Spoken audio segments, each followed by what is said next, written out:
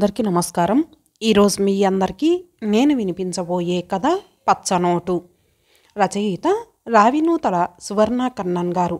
ఇక కథలోకి వెళితే, వాన వాన 2 రోజులుగా ఎడతెరిపి లేకుండా ఒకటే వాన. చినుకుతో ప్రారంభమైన వాన తీవ్ర రూపం దాల్చి కుంభవృష్టిగా మారింది. దానికి తోడు గాలి కూడా మొదలై వాతావరణాన్ని మరింత భయంకరంగా మార్చింది.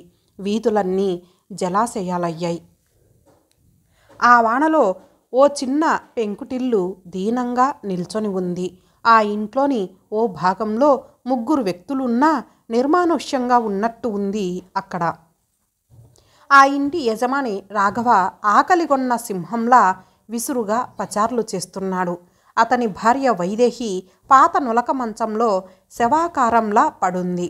వారి సంతానం అయిన పాప కిటికీలో కూర్చొని కురిసే వానని చూస్తోంది. రాఘవ ఓ ప్రైవేట్ కంపెనీలో పనిచేస్తున్నాడు. ఒకప్పుడు అతను రామచంద్రుడే అయినా ప్రస్తుతం మాత్రం సకల దుర్గుణాభిరాముడు. అతనికి మధువు మగువ 2 కళ్ళు. ఏది లేకపోయినా అతనికి రోజు గడవదు.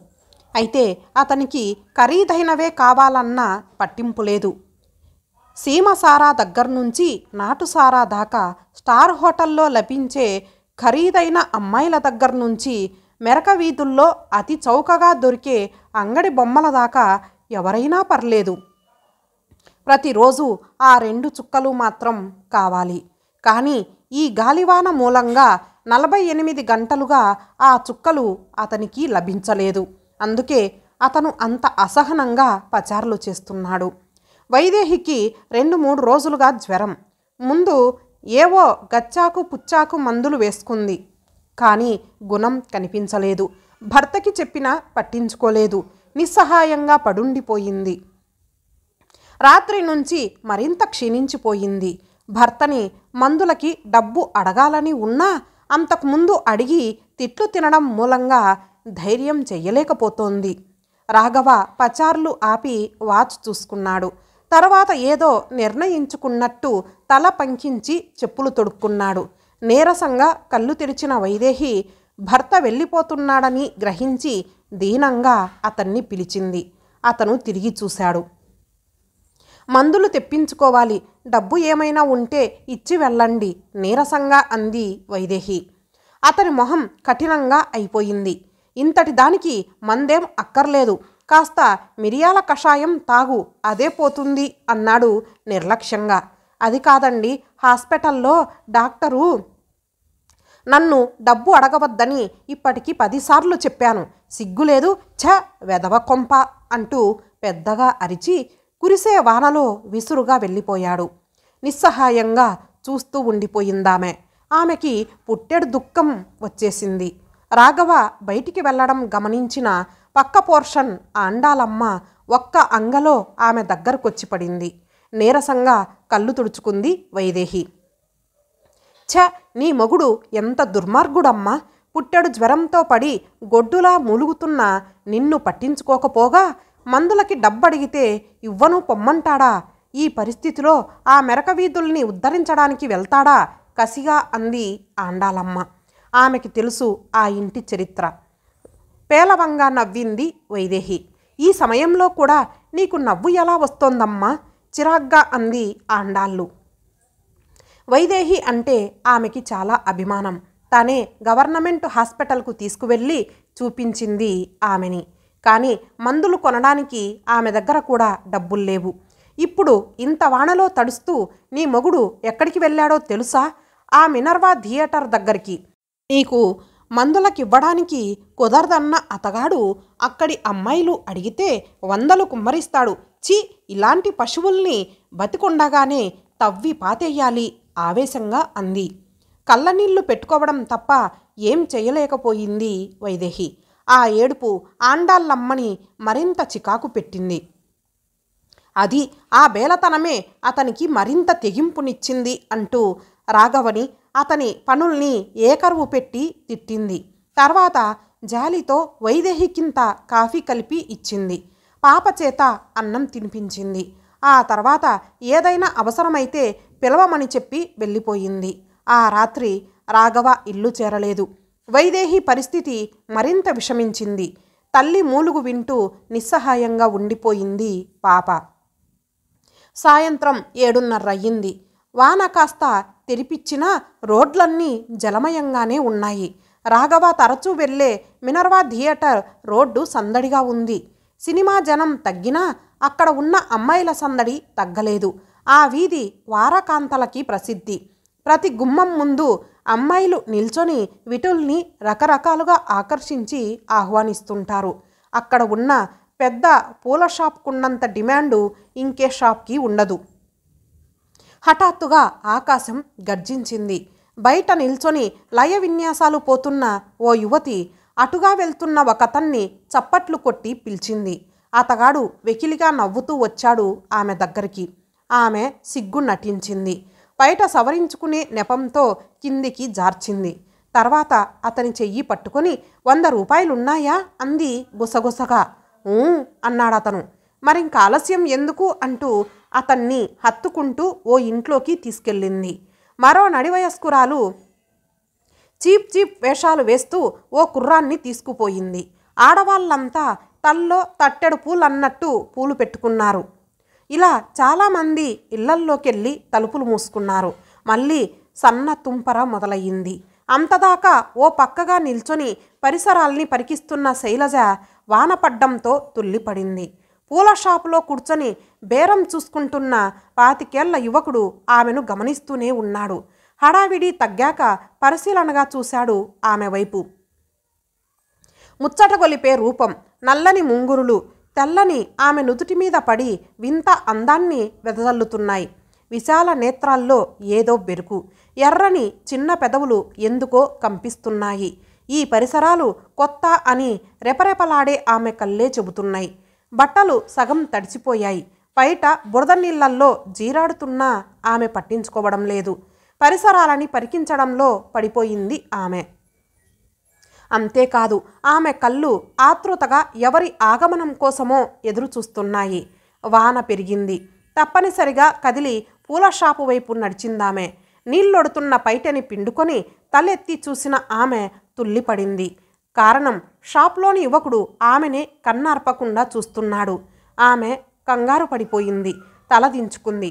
2 నిమిషాల తర్వాత ఓసారి రోడ్డు వైపు చూసి అప్రయత్నంగా ఆ యువకుడి వైపు చూసింది. ఈసారి అతను చిన్నగా నవ్వాడు. ఆమె కూడా నవ్వింది. అతని వైపు పూల వైపు మార్చి మార్చి చూసింది. పూలు కావాలా అన్నాడతను మృదువుగా. ఊహూ అందామే బెరుగ్గా. పర్లేదు తీసుకో, నా దగ్గర డబ్బులు లేవు. డబ్బు వద్దులే నవ్వాడతను. ఏమిటి? నాకు డబ్బులు ఇవ్వక్కర్లేదు, నీకు కావలసినన్ని పూలు ఇస్తాను. మరి నాకు కావలసింది నువ్విస్తావా నవ్వుతూ అన్నాడతను. ఏం కావాలి అనుమానంగా అందామే. ఓ చిన్న ముద్దు. అప్రయత్నంగా అందామే. ఏం సిగ్గా? పోనీ నువ్వు పెట్టద్దులే, నేను నిన్ను ఒక్క ముద్దు పెట్టుకోనా అన్నాడతను. ఆమె చెంపలు ఎర్రబడ్డాయి ఎందుకో. అతను స్నేహపూర్వకంగా నవ్వి 2 మూరల పూమాల తెచ్చి స్వయంగా ఆమె తల్లో పెట్టాడు. తర్వాత ఆమె పూరేకుల్లాంటి చేతుల్ని తన చేతుల్లోకి తీసుకొని ముద్దు పెట్టుకున్నాడు. ఆమె కళ్ళు వాలిపోయాయి ఓ క్షణం. తర్వాత రోడ్డు వైపు చూశాయి. అతను ఆమెని పొదవి పట్టుకొని ముద్దు పెట్టుకున్నాడు.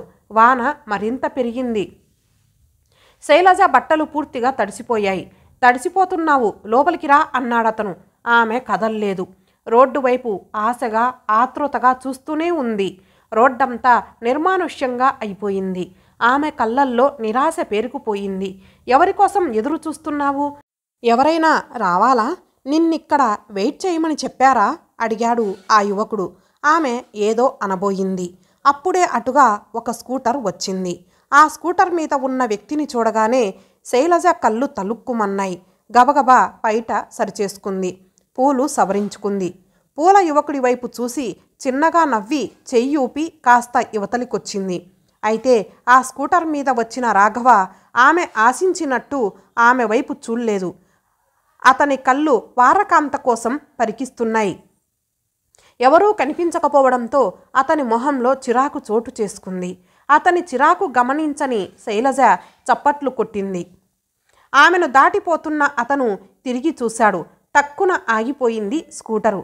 మరోసారి చప్పట్లు కొట్టి పిలిచిందామె. అంతే, ప్రతిమలా అయిపోయాడతను. రమ్మన్నట్టు చేత్తో సైగ చేసిందామె. అతను స్కూటర్ పార్కు చేసి ఆమె దగ్గరకొచ్చాడు. ఆమె బయట సర్దుకొని ఓరగా చూసింది. సిగ్గుపడింది. పూలు తడిమి చూసుకుంది. అతని కళ్ళు ఎర్రబడ్డాయి. ఆమె జబ్బ గుచ్చి పట్టుకున్నాడు. ఆమె చెయ్యి చాచి 100 రూపాయలు అంది మెల్లగా. అంతే, ఆమె చెంప పేలిపోయింది. అతను కొట్టిన దెబ్బకి ఆమె వెళ్ళి అల్లంత దూరాన పడింది. అప్పుడే ఓ ఘోరం జరిగిపోయింది. ఆమె పడగానే ఓ కారు వచ్చి ఆమె మీదుగా వెళ్ళి 10 గజాల దూరంలో ఆగిపోయింది. కెవ్వుమంది శైలజ. నెత్తుటి మడుగులో కొట్టుకుంటున్న ఆమె దగ్గరికి పరిగెత్తాడు రాఘవ. ఆమె మీద పడి బావురుమన్నాడు. నాన్న, మెల్లగా అందామె. ఏమిటమ్మా ఇదంతా అన్నాడతను ఆమెని గుండెలకి హత్తుకుంటూ. అమ్మకి జ్వరం ఎక్కువైందిగా నాన్న. మందు వేయకపోతే గోపి వాళ్ళమ్మలా చచ్చిపోతుందట. అమ్మ లేకపోతే బతకలేను నాన్న. బావురుమంది శైలజ, నామధేయురాలైన 6 ఏండ్ల పాప. నా తల్లి, ఇలా చేశావేమిటమ్మా? తల బాదుకున్నాడతను. అమ్మ కోసం చేశాను నాన్న. ఎన్నిసార్లు అడిగినా నువ్వు డబ్బివ్వలేదు కదా. ఇక్కడ ఏ అమ్మాయి అడిగినా మాట్లాడకుండా డబ్బు ఇచ్చేస్తారని పక్కింటి ఆండాళ్ళత్త అంటుంటే విని ఇలా వచ్చాను. ఇక్కడి వాళ్ళు చేసినట్టే అన్నీ చేశాను. బయట సర్దుకున్నాను. అన్నట్లు నాన్న, నీ పాత లుంగి బయటగా వేసుకున్నాను. బావుంది కదూ. కానీ నాన్న, ఇలా పైటలు సర్దుకొని డబ్బు అడిగితే వాళ్ళందరికీ డబ్బిచ్చారు. మరి నేను అలా అడిగాను కదా. మరి నువ్వెందుకు ఇవ్వలేదు నాన్న? ఆయాస పడిపోతూ అడిగింది పాప. అమ్మా, అతను ఆడదానిలా కుల్లి కుల్లి ఏడ్చాడు. పాపని హాస్పిటల్కి తీసుకెళ్లాలన్న ఆలోచన కూడా రాలేదతనికి. 4 చేరారు. హాస్పిటల్కి తీసుకెళ్ళండి. కారు డ్రైవర్ని అరెస్టు చేయండి. ముందు పోలీసుల్ని పిలవండి. ఇలా ఎవరికి తోచినట్టు వాళ్ళు మాట్లాడుతున్నారు. పాప అంటూ వచ్చాడు పూల యువకుడు. అతనికి ఆత్మీయులు పోతున్నంత దుఃఖం వచ్చింది. బంగారు తల్లి, ఇక్కడికి ఎందుకు వచ్చావమ్మా? నిన్ను చూస్తుంటే ఏనాడో పోయిన నా చెల్లెలు గుర్తొస్తోందమ్మా. ఆ అల్లా దయ వల్ల నీకేం కాకూడదు. ఏడుస్తూ ఆమె దగ్గర కూలబడ్డాడు. ఆ పిల్లని రాఘవ తొయ్యడం ఎవరూ గమనించలేదు. తేరుకున్న రాఘవ కూతుర్ని భుజాన వేసుకోబోయాడు. నాన్న, అంది పాప లోగొంతుతో. చెప్పు తల్లి, దుఃఖాన్ని అతి ప్రయాసగా తొక్కి పెడుతూ అన్నాడు రాఘవ. ఆమె చెయ్యి చాచి 100 రూపాయలు ఇవ్వవు అంది క్షీణిస్తున్న స్వరంతో. ఆమె ఆఖరి దశలో ఉందని అర్థమైపోయింది అందరికీ. అతను వెక్కి వెక్కి ఏడవసాగాడు. నాన్న, డబ్బు మళ్ళీ అందామె. ఆమె కళ్ళు మూతలు పడిపోతున్నాయి. అతను జేబులోంచి 100 నోటు తీసి చాచిన ఆమె చేతిలో పెట్టాడు. ఆమె కళ్ళు తలుక్కుమని ఆరిపోయాయి. కాలం స్తంభించినట్టయిందతనికి. జరిగిన దారుణాన్ని చూడలేనట్టు ఆకాశం భయంకరంగా గర్జించింది. ముక్కుపచ్చలారని పసిదాని మరణాన్ని భరించలేని మేఘాలు భోరుమన్నాయి. కుండపోతగా పడుతున్న వాననీరు పాప రక్తంతో కలిసి పల్లానికి పరుగులు తీస్తోంది. మూసిన చిన్నారి పాప పిడికిట్లోని పచ్చనోటు తడిసి ముద్దలా ఉండిపోయింది. ఇంతటితో ఈ కథ సమాప్తం. మరలా మరొక మంచి కథతో కలుద్దాం. అంతవరకు సెలవు. నమస్తే.